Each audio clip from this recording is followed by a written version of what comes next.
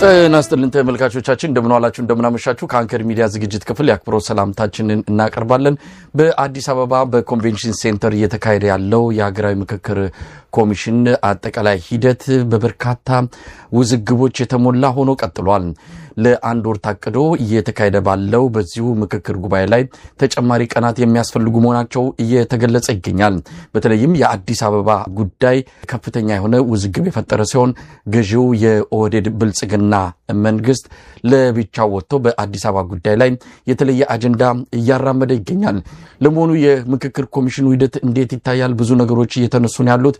ዶክተር ዮናስ ብሩ የኢኮኖሚና የፖለቲካ ተንታኝ በጉዳዩ ላይ ያላቸውን አስተያየት እንዲያካፍሉን ዛሬ እንግዳ አድርገናቸዋል። አብራችሁ በቆየት ዝግጅቱን እንድትከታተሉ ግብዣችን ነው። መልካም ጊዜ።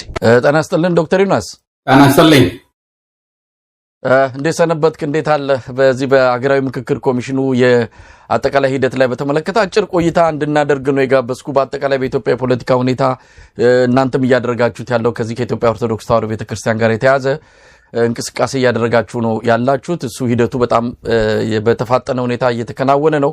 እሱን የተመለከተ የተለየ ዝግጅት በሚቀጥለው ሳምንት እንደሚኖረን ተስፋ አደርጋለሁ። አሁን ለአጭር ቆይታ የጋበዝኩ በዚህ በሂደቱ ላይ የተነሱ ነገሮች አሉ።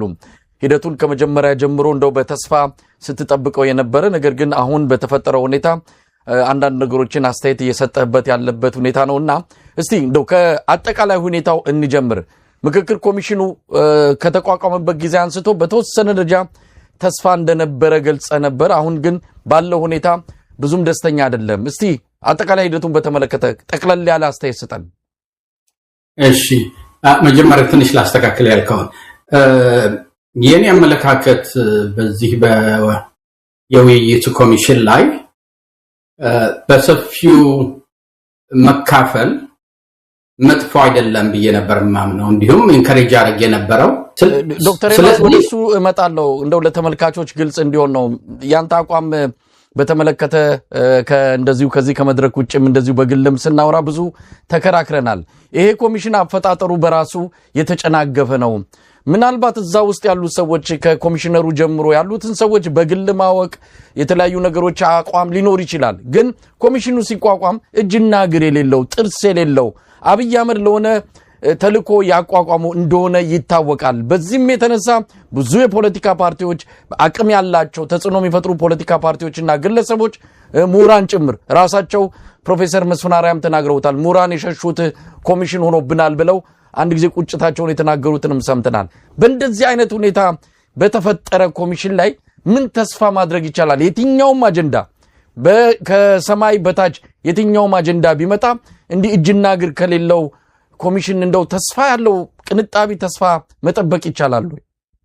እንግዲህ የሱ የአመለካከት ጉዳይ ነው። የአመለካከት ጉዳይ ነው የምልህ ምንድነው ኤክስፔክቴሽናችን ስር ነቀል ለውጥ ነው መምጣት የሚያመጣ ሲስተም ውስጥ ብቻ ነው የምንሳተፈው።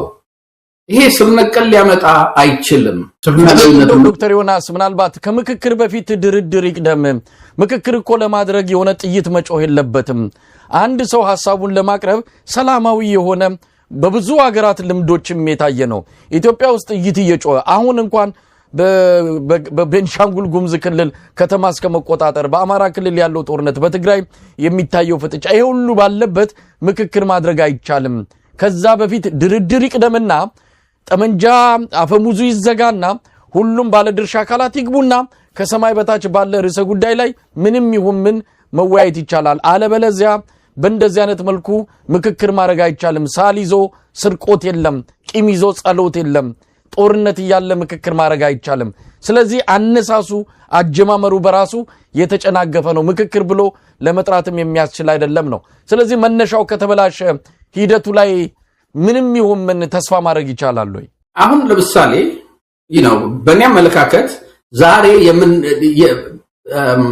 የምናዝንበት ወይም ኮምፕሌን የምናደርግበት ሳይሆን እንዲሁም ሪዘርቭድ የሆነ የምንደሰትበት ጊዜ ነው ዛሬ ብዬ ነው የማምነው። እዛ ላይ ነው እናንተ የምንለያዩ። ዶክተር ዮናስ እንግዲህ በአፈጣጠሩ በአካሄዱ በተወሰነ ደረጃ ልዩነቱ እንደተጠበቀው ነው። እስቲ ሰሞኑን የተከሰቱት ነገሮችን እናንሳ። እንግዲህ 8 አጀንዳዎች ላይ ነው የምንወያየው ተብሎ 8 አጀንዳዎች በቡድን ተከፍሎ ማን በየትኛው አጀንዳ ላይ እንደሚወያይ ላለፉት 3 ሳምንታት አሁን 4ኛ ሳምንቱን እያጠናቀቀ ነው። የሄደበት ሂደት አሁን ሌሎቹ 7 አጀንዳዎች እስከመኖራቸውም ተዘንግቶ አዲስ አበባ ላይ ብቻ ያተኮረበት ሁኔታ ተፈጥሯል። እንዴት አዩት? እንግዲህ ይህን ኮሚሽን አብይ አህመድ በግራ በቀኝም ከፊትም ከኋላም የሚመራው የሚቆጣጠረው ሆኖ ነገር ግን አሁን በምናየው ሁኔታ አሁንም አንተም እንደገለጽከው ከኦህዴድ ብልጽግና ቁጥጥር ውጪ የሆነ ነው ወይ? ኮሚሽኑን በመጨረሻ ደረጃ ላይ አንቀበልም ብሎ ያው ውጤቱም ለሚኒስትሮች ምክር ቤት ለአብይ አህመድ የምክር ሐሳቡን የሚያቀርብ ነው። ከዛ ውጪ ስልጣንም የለውም። የምክክር ኮሚሽኑ ውሳኔ የሚያስተላልፍ ሳይሆን የውሳኔ ሐሳብ የሚያቀርብ ነው። አብይ መንገድ ላይ ያፈርሷል ወይስ ምን ሊሆን ይችላል እስከም የሚለው ጥያቄም መነጋገሪያ ሆኗል። ግን እዚህ ሂደት ላይ እንዴት ሊፈጠር ቻለ? ማን ነው የሳተው? የኦሮሞ ብልጽግና ወይም ደግሞ ኦህዴድ ብልጽግና ካልኩሌት አድርጎ አስልቶ የመጣውን አጣው። ከዛ በኋላ ሌላ ነገር ጀመረ። ምንድነው መንገድ ላይ ተበላሸበት? እነዚህ የአማራ ፒፒም በለው የዚህ ሌሎችም በመላ ያሁን በአብይ ስር ያሉት ፓርላማን በሚቀርቡበት ጊዜ ዝም ብለው እንዲሁም ኖት እየያዙ ሲያጨበጭቡ ነው የሚያዩቸው። አብይ ሲያስነጥሰው እነሱ ኒሞኒያ የሚይዛቸው ናቸው። ስለዚህ አይ በእኛ ኮንትሮል እጅ ነው ያለው ይሄ ነገር። ይሄ ኢትዮጵያኒስት የሚለው ግን ኤክስፓየር አላረገበትም። ያኔ 2 ዓመት ወደ ስልጣን ከመጣ 2 ዓመት ተጠቀመበት በደንብ። አሁን ግን የሚያምነው ስለሌለ ወደ ጎሬውና ወደ መንደሩ ሰፈሩ ጎጡ ገብቷልና አሁን በኢትዮጵያኒስት አጀንዳ እተርፋለሁ ወይም ደግሞ በዛ እጫወታለሁ ፖለቲካዊ ጫወታ ብሎ ያምናል አብይ? No, አብይ was never and is not የዚህ የዘር ፖለቲከኛ አይደለም። የኦሮሞ የዘር ፖለቲከኛ በምትለው ጊዜ ኦሮሞ ላይ ፎከስ የሚያደርግ ራሱን ችሎ ኢትዮጵያዊነትን ለኮንቪኒየንስ ብቻ የሚቀበል ሲፈልገው ሳይፈልገው ዲስካርድ የሚያደርግ ነው። ዶክተር ዮናስ እንግዲህ ያበደው የጽንፈኛው አካል የሚሆን በዚህ አጋጣሚ ነጥብ ያስቆጠረው የኢትዮጵያ የሚባለው ስብስብም ሁለቱም ከዚህ ምክክር ኮሚሽን መጨረሻ ፍጻሜ በኋላ ምን ይመጣል እንደተባለው የውሳኔ ሐሳብ የሚያቀርብ እንጂ ውሳኔ ሰጪ ባለመሆኑ አብይ ሁኔታውን አይቶ የአየር ሁኔታውን አገናዝቦ ምናልባትም እንደምንሰማውም እንደምናየው ከሆነ የማይጠቅመውና ነገሮችን የሚያበላሽበት ከሆነ ሁሉ ነገር ሊተወው ይችላል። የምናውቀው ነገር የለም። ሆነም ቀረም ጊዜያዊ በሆነ መልኩ እንደው ለመለካት የልብ ትርታ ለማዳመጥ ህዝቡ ወዴት ነው የሚያመዝነው ማን ከማን ጋር ነው የተሰለፈው የሚለውን ለመለየት የተወሰነ ጥቅም ሊኖረው ይችላል ይሄ ሂደት። ግን እንደው ዶክተር ዮናስ ለምንድን ነው የኦሮሞ ብልጽግና የኦሮሞ ጽንፈኛው ኃይል ከአዲስ አበባ ጋር ፍቅር ላይ የወደቀው? አዲስ አበባን በማግኘት ምን የሚገኝ ፖለቲካ እና የኢኮኖሚ ትርፍ አለ? በእርግጥ ዝም ብሎ ከባዶ ተነስቶ አይደለም እንደዚህ እንዲህ አይነት ከፍተኛ የሆነ ማዕበል የፈጠሩት። ግን እንደው ምንድነው ነው በእነሱ ጫማ ውስጥ ሆኖ ማየት ይቻላል። ለምንድነው በአዲስ አበባ ፍቅር እንዴት ተነደፉት? አይ ቲንክ ትንሽ ሰፋ እናድርገው ጥያቄው። ምክንያቱም የኦሮሞ የፖለቲካ የጽንፈኛ ኦሮሞ ፖለቲካ በአዲስ አበባ ላይ ብቻ የተመሰረተ አይደለም። የኬኛ የሚባለው ነገር አዲስ አበባ ሪሊ እንትኑ ምንድነው ፕራይዙ ትልቅ ነው። አዲስ አበባን ካሸነፍክ ትልቅ ነው መጣበታለሁ። እሱ በኢኮኖሚም በሶሻልም በፖለቲካም በብዙ ነገር መጣልበታለሁ። እሱ የዘር ፖለቲካ በተለይ የኦሮሞ ውስጥ የምናየው የዘር ፖለቲካ ሪሊ የአእምሮ በሽተኝነት ነው። እንደው ዶክተር ዮናስ እዚህ ላይ ያው የኮሚሽኑን ስልጣንና ተግባር በመጨረሻ አቅሙስ ከምንድን ነው የሚለውን ነገር ካየነው ለአብይ አህመድ በእርግጥ ይሄ ግርግር ይጠቅመዋል አይጠቅምም? ግርግር ነው። ከዛ ያለፈ ነገር የለም። ቀደም ሲል እንዳልነው ብዙዎችም እንደሚስማሙበት ኢትዮጵያ ውስጥ ይሄ ሁሉ ቀውስ ይሄ ሁሉ ሀገራዊ መከራና ችግር ባለበት ሁኔታ ምክክር ማድረግ ትርጉም የለውም የሚሉት እንዳለ ሆኖ አሁን ቀደም ሲል አንተ ያልከው በደንብ ሊሰመርበት የሚገባው ነገር አለ። የኢትዮጵያ ሕዝብ ምን እንደሚፈልግ በጨረፍታ ታይቷል። እንግዲህ እነዚህ የተሰበሰቡት ብልጽግናዎች ናቸው።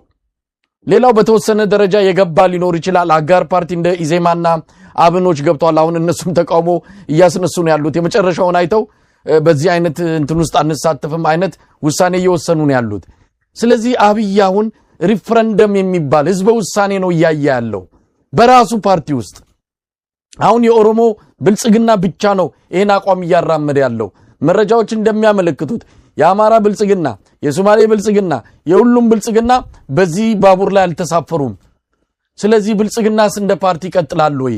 እንዲህ አይነት ነገር መተማመንን ያጠፋልና ለብልጽግና ትልቅ አደጋ ነው እየታየ ያለው። ይሄ እንደውም የምክክር ኮሚሽኑ ሂደት ለብልጽግና ያልታሰበ ዱብዳ ነው ይዞ የመጣበት ብሎ መደምደም ይቻል ይሆን?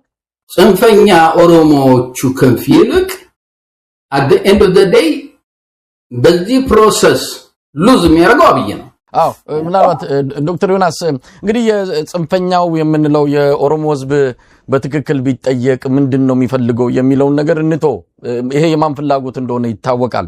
እዛ ወለጋ መከራውን እየበላ ላለ የኦሮሞ ህዝብ የአዲስ አበባ ወደ ኦሮሞ መካለልና መጠቃለል ምንም ትርጉም የለውም። ባሌ ላለ የትኛው ሐረር ጥግ ላለ ኦሮሞ ምንም ትርጉም የለውም።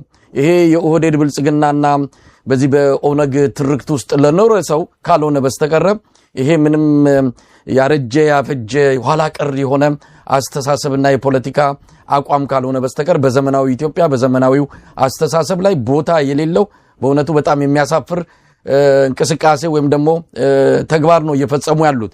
ነገር ግን እየዛቱ ነው ያሉት። ያው ቀደም ሲል የጠቀስከው ግለሰብ ጸጋዬ አራርሳ የሚባለውን አንዳንዶችም እንደውም እስከ ማዝመት የኮሚሽኑ ሰዎችንም እስከ መምታት የሚደርስ ጥሪ ሁሉ እያደረጉ ነው ያሉት። አንድ ነገር እዚህ በደንብ ልብ ያላሉት ነገር አለ።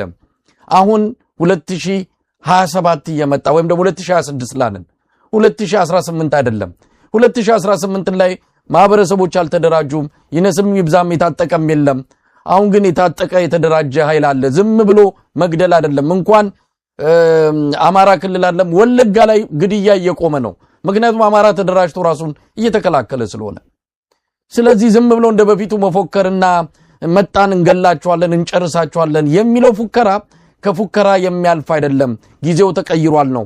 ዘመኑን የሚዋጅ ብቻ ሳይሆን እጅግ አደገኛ አቋም ይዘው እንኳን ቢመጡ የሚያተርፉት ነገር ሌላ ኪሳራ እንጂ ምንም አይነት ትርፍ የለውም የሚል ነው።